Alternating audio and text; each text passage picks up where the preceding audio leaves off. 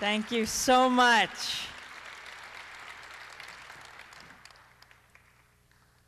It is such an honor to be here, to be at the Green Festival, and I want to congratulate the Green Festival because, well, not only for the magnificent weather today, we know the powers of the Green Festival, but just for all of you coming out and deeply believing that we have to create a sustainable world where we depend on each other and not on oil.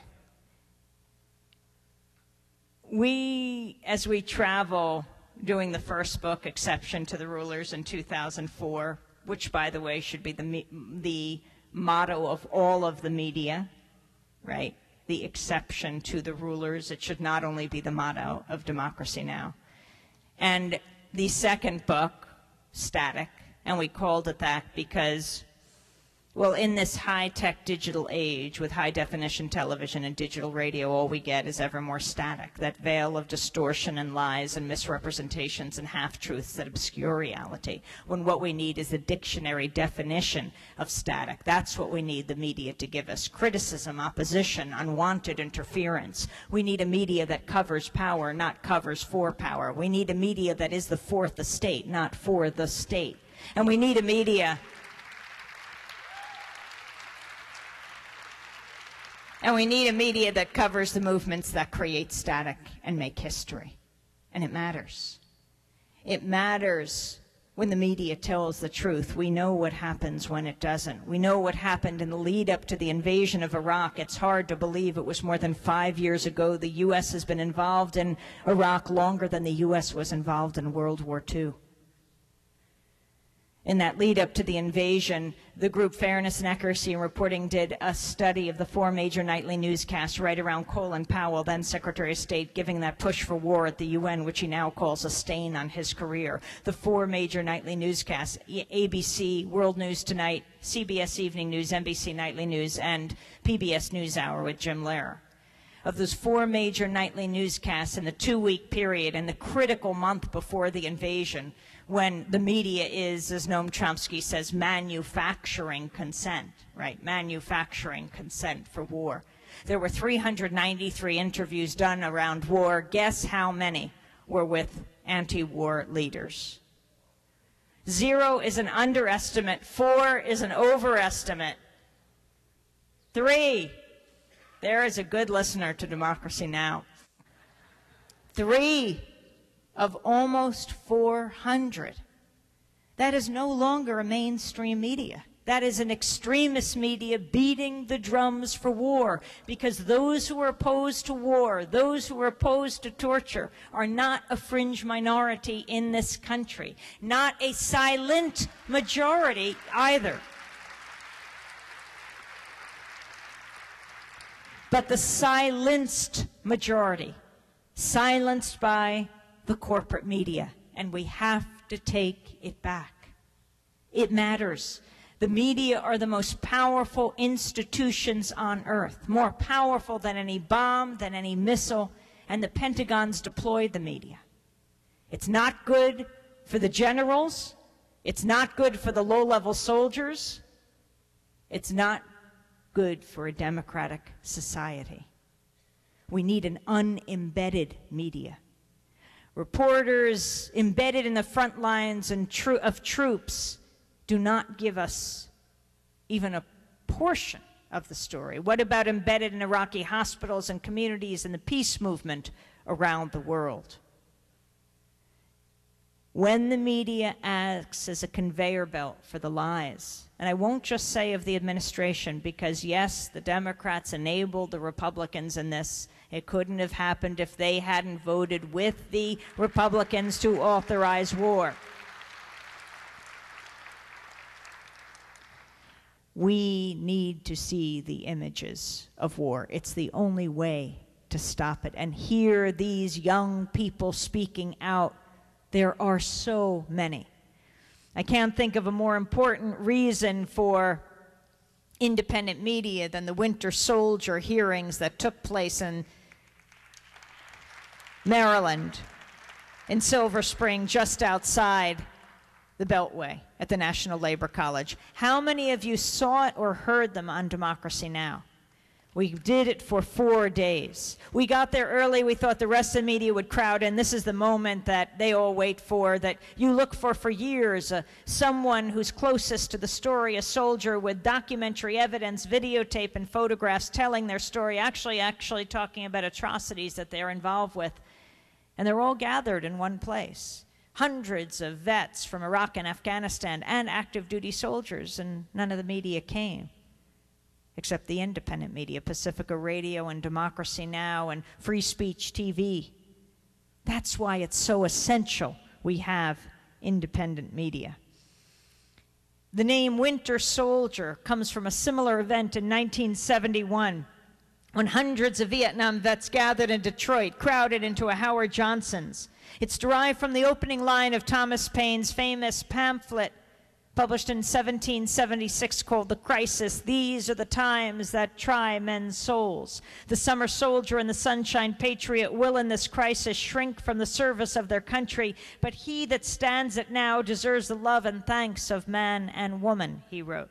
This Winter Soldier, organized by Iraq Veterans Against the War. Kelly Doherty, the group's executive director, opened the proceedings saying the voices of veterans and service members as well as civilians on the ground need to be heard by the American people, by the people of the world, also by other people in the military and other vets, so they can find their voice to tell their story.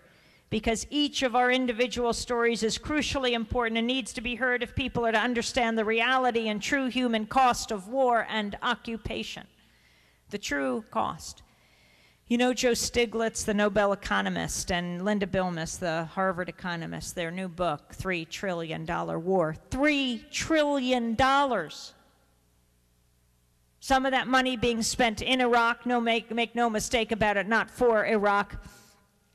And a large portion will be the cost of taking care of these wounded warriors coming home. $3 trillion. What followed was 4 days of horrific, gripping, painful testimony, ranging from first-hand accounts of murder of Iraqi civilians, the dehumanization of Iraqis and Afghanis, to the toll the violence takes on the soldiers themselves. You know, 1 million soldiers have served now in Iraq and Afghanistan. It's estimated a third are suffering from post-traumatic stress disorder when they come back. A third. Think of the ripple effect of the violence in their families and the communities in this country. Over 4,000 soldiers are dead. Over 1 million Iraqis, it's believed, according to a Johns Hopkins Columbia University study. Over 1 million Iraqis, over 4,000 U.S. soldiers. Now, many soldiers testified, and then there was Joyce and Kevin Lucy. They came to talk about their son, Jeffrey, not included in the casualty numbers. Jeffrey was a Marine, served in 2003. Came back from Iraq. The family was so excited. He was living at home, be with his sisters, his parents, his girlfriend, go to college, resume his life, except he couldn't. He was falling apart, couldn't go to college. He was drinking heavily. They appealed to the VA. They said he had to dry out first. They said, that's the problem, and he didn't have this problem before. Please help us. They didn't understand post-traumatic stress disorder. They lived in Western Massachusetts. His grandfather took him physically to the VA and said, please take my grandson. This went on over a year. They didn't. And then in June of 2004, Jeffrey asked his dad, Kevin, if he could crawl into his lap. And his father rocked him silently for 45 minutes. At this point, he had been walking around in full military regalia looking for any weapon he could find, even a BB gun. And his father rocked him. And the next morning, his dad went off to work. His dad came home that night. He called for Jeffrey. There was no answer. He saw the basement door open, went downstairs, and saw his son hanging. The last time he cradled his son was taking the noose from around his neck. There have been hundreds of suicides. They are not counted in the war dead. His parents, even through their pain, go everywhere they can to stop this epidemic of suicides. These young people, and not so young, dealing with the pain by destroying themselves. And then there was John Michael Turner. He fought with the 3rd Battalion, 8th Marines. I met him in Vermont about a month before the hearings, or 2 months, at a human rights film festival. We were both going in to see The Valley of Elah. He was clearly in a lot of pain. He told me about Winter Soldier. And he said he's going to testify there. It would be his first time talking. One of the things he said, on April 18, 2006, I had my first confirmed kill. This man was innocent, he said. I don't know his name. I called him the Fat Man. He was walking back to his house. I shot him in front of his friend and his father. The first round didn't kill him. After I had hit him up here in the neck area, afterward he started screaming, looked right in my eyes. So I looked at my friend, who I was on post with, and I said, I can't let that happen. So I took another shot, took him out. He was then carried away by the rest of his family. It took 7 people to carry his body away. John went on, we were all congratulated after our first kills, and that was mine. My company commander personally congratulated me. This is the same individual, he said, who had stated that whoever gets their first kill by stabbing them to death will get a 4-day pass when we return from Iraq.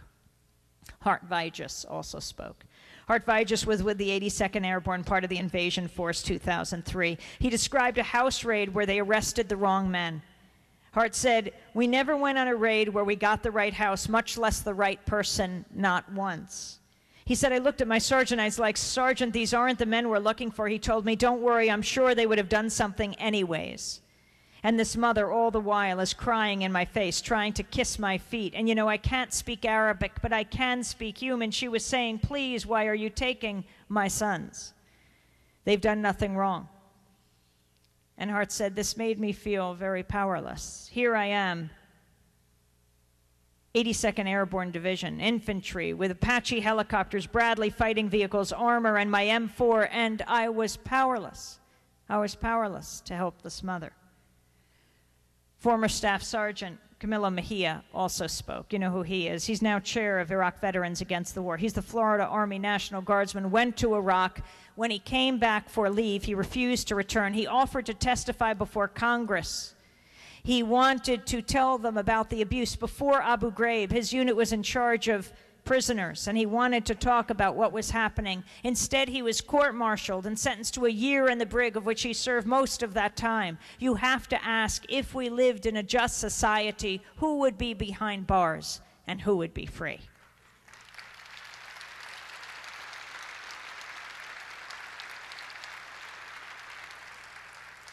One soldier spoke also, and he said they bagged this Iraqi guy, literally bagged him.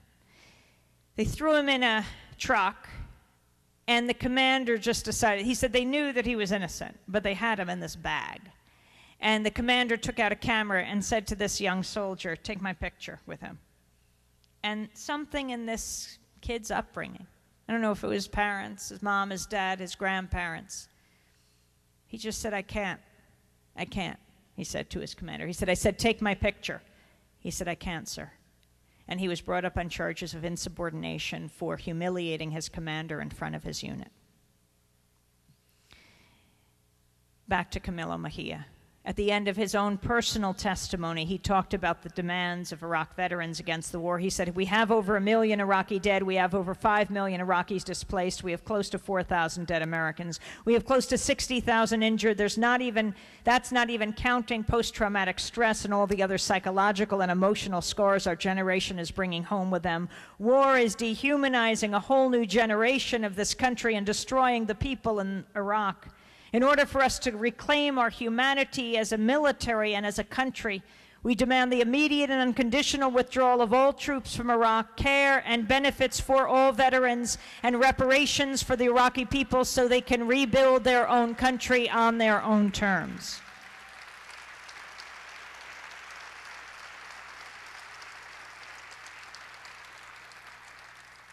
As we enter the 6th year of war in Iraq, we should honor the veterans of Iraq and Afghanistan. We should honor the people of Iraq and Afghanistan simply by listening to them.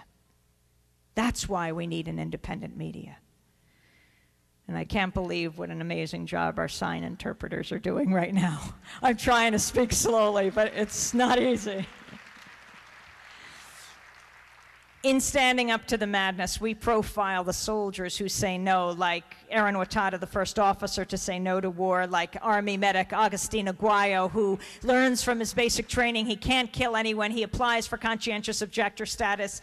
He is evaluated by an officer who says, this guy's the real deal. He recommends it, but he doesn't get it. He serves in Iraq for a year. He refuses to load his gun, even though he is in danger. And when he goes back to Germany to his base, to his wife and his two 11-year-old twin girls, they tell him he's redeploying to Iraq. The soldiers are there in his house saying he's got to get his things. He jumps out the window, goes AWOL. And ultimately, we interview him at Democracy Now! In Los Angeles the day before he turns himself into Fort Irwin, saying, it doesn't matter what happens to me, I just know I can't kill anyone. And last night we were joined by Liam Madden, a remarkable young man, active duty, who together with Jonathan Hutto started the Appeal for Redress, thinking, what can we do as active duty soldiers? And realized that there is this vehicle where active duty soldiers can appeal to Congress to bring the soldiers home. There are so many heroes in our midst. And then in another section of Standing Up to the Madness, Ordinary Heroes in Extraordinary Times, we profile a group of people you would not want to meet in a dark alley if you were hijacking someone's civil liberties. And they are the librarians of this country. How many of you are librarians? Okay. Well, this is for you, and you probably know the story, but this is the librarians of Connecticut. Who would have thunk it? But they have a computer system within the libraries that connects 27 of the library's computers called the Library Connection. George Christian was its executive director. And one day, there's a knock on the office's doors, and it's two FBI agents. They hand him an NSL. It's a national security letter. And in opening it, it's like being exposed to radioactivity. You are immediately gagged. You cannot say to either a colleague, friend, family that you have been served with this letter. And it's demanding information about patrons who have used the computer system at a certain time. George Christian read the letter. He looked up at the agents, and he said, this is unconstitutional. The agents looked at him pityingly, like a predator sizing up his prey. They gave him their card, and they said, you get back to us. Now, George Christian doesn't even know if he can call a lawyer, if that's against the law, or if he could wind up 5 years in jail. Here is this brave librarian who has said no, and as he closes the door, he sits down in a chair, and he crumples down and says, what am I going to do? And he thinks, if I am going to take on the entire U.S. government, I need at least 3 other librarians. And so he calls the executive committee of the Library Connection. One of them is Peter Chase. Peter Chase is the head of the Plainville Library. We went to visit him in Connecticut. And he gets a call. It's very cryptic. It's from George Christian. He says, we have an emergency meeting of the Library Connection Board tomorrow morning. Don't tell anyone where you're going, and please show up on time. Peter Chase had joined the board a few weeks before. He had said he didn't have any time, and he said he didn't have any time, and they said, listen, we'll give you a fancy title, Vice President. It will be easy. Easy. And so Peter Chase is racing to this meeting, and he is thinking, what could possibly be an emergency? Did someone not return their books? Did someone misfile an adult book in the children's section? He races to the meeting. There's a lawyer. There's the 3 other librarians of the board. George Christian shows them the letter. They are then exposed. They are gagged. They can't speak about it. The lawyer leaves, says, this is way over my head, and they call in the ACLU, and they decide to sue the Attorney General and the U.S. government over the USA Patriot Act. These librarians fighting for your freedoms. Now, I see I just have a few minutes, and I have a lot more stories to tell, so I'm going to make this very fast.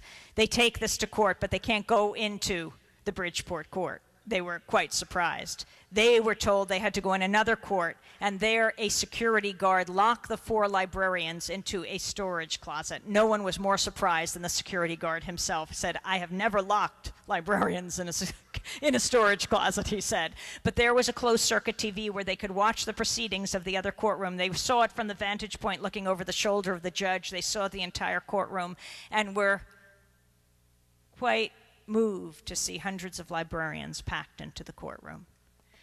They ultimately did not win this case. They were gagged all through this period, which was the critical period when the U.S. government, when the U.S. Congress was reconsidering the renewal of the USA Patriot Act. They would have been testifying before Congress, speaking everywhere, but they were gagged. They couldn't speak all through that time.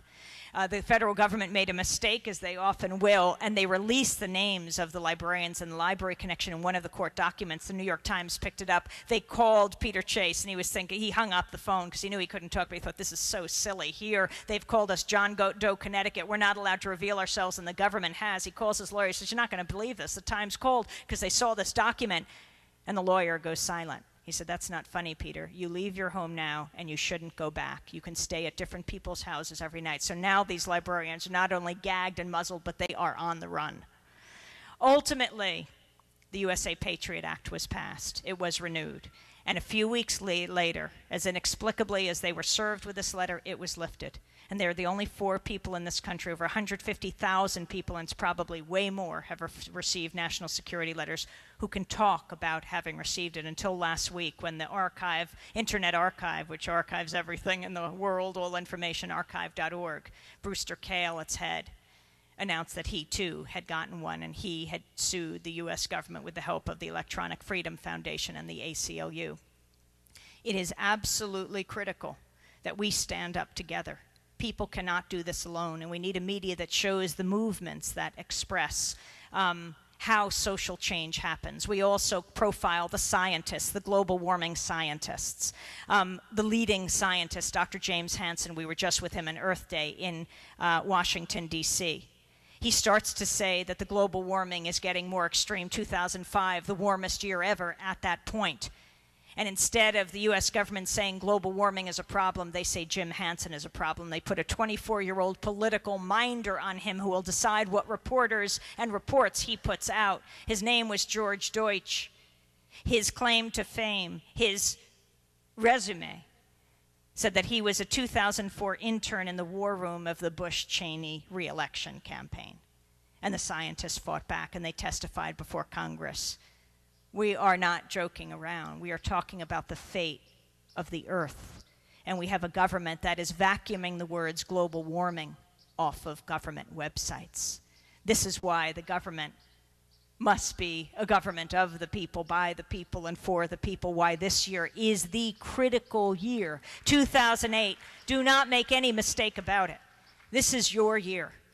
You may not agree with the presidential candidates who were ultimately chosen, and then you have to vote for president. But if you don't agree with everything, that is still not a reason not to participate, especially at the grassroots level. Be involved with your school board, with your library board, with your state legislature, and soon you'll be finding candidates, perhaps yourselves, that you do agree with to the highest levels, but it matters. I interviewed a woman on globalization years ago, and at the end of the conversation, she was from Guyana. I was ushering her away to speak with a new group about U.S. elections. And she said she will be a part of that conversation. I said, well, actually, no, because we're talking about the U.S. elections, and our conversation is done. And she said, I will be a guest in this segment of the show. I said, why? You're from Guyana. This is the U.S. elections. She said, because I believe everyone in the world should get to vote for President of the United States. And it is such a significant point.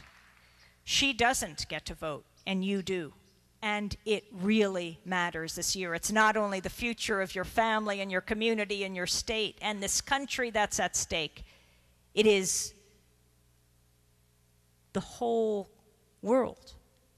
It is that serious, because we are the most powerful country on earth, and that power rests on your shoulders. I'll end with 2 brief minutes. Being here in Chicago and being not so far from Detroit, from the home of Rosa Parks. I want to end where we begin. We not only talk about modern-day heroes, also the psychologists in this country who are taking on the largest association of psychologists in the world, the American Psychological Association, because they refuse to ban their members from participating in coercive interrogations. We talk about the kids at the Wilton High School in Connecticut who are performing a play on war, and their principal said, no, it's too controversial. And because of the censorship, they end up on the New York stage, what actors dream of all their lives, performing the voices of soldiers who have written letters home. But we also go back in time to the turning points, to the kids of Soweto in South Africa in 1976 rising up, to Dan Ellsberg, who sees the peace protesters outside, top Rand Company official, top security clearance, Pentagon official. He's got a vault behind him that's got thousands of pages of the secret U.S. history of involvement in Vietnam, and he's got the key. And he knows these pages can end the war in Vietnam.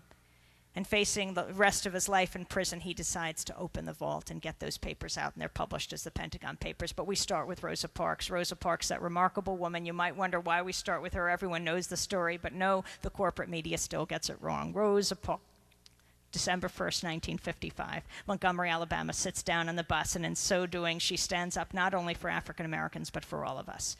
Because if any of us is diminished, we are all diminished. She refuses to move to the back of the bus. That night, her friend, the activist, African-American woman, teacher, educator, Joanne Robinson, mimeographs 35,000 flyers calling for the Montgomery bus boycott. A few days later, December 5th, 55, Rosa Parks goes to court. Montgomery Improvement Association has its mass meeting. They choose as its leader to lead the Montgomery bus boycott a young minister who's just come into town. His name is Dr. Martin Luther King.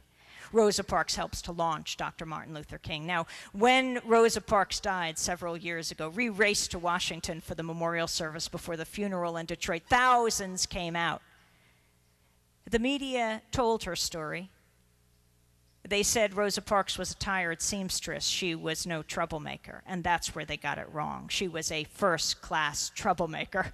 Rosa Parks was the local secretary of the NAACP. She worked under E.D. Nixon. He was president. He came out of radical labor politics, had been challenging the racist laws for years, and she had trained at the Highlander Center, black and white together, working to most effectively strategize to change this country. She knew exactly what she was doing on that day. And to show how brave she was, and this is where we end in Chicago, just go back a few months in the summer of 1955 to Mamie Till Mobley, who sends her boy, Emmett Till, down to Money, Mississippi for the summer to be with family. And he's lynched, he's killed. He ends up in the bottom of the Tallahatchie River. They said he, quote, wolf whistled at a white woman. This little boy is tortured and murdered. When his body was sent back up to Chicago, right here, his mother, Mamie Till, did something incredibly brave. She said she wanted the world to see what had happened to him. She said she wanted the casket open for the wake and funeral. She wanted the world to see the ravages of racism, the brutality of bigotry. Thousands streamed by his coffin and saw. And then Jet Magazine and other black publications published the photos. And they were seared into the history and consciousness of this country. Mamie Till Mobley had something very important to teach the press of today. Show the pictures. Show the images. Could you imagine if for just 1 week we saw those images of war in Iraq? We saw the babies dead on the ground. We saw the women with their legs blown off by cluster bombs. We saw the soldiers dead and dying across our TV screens on every front page of every newspaper in this country for just 1 week. Americans are a compassionate people. They would say, no, war is not the answer to conflict in the 21st century. Democracy now.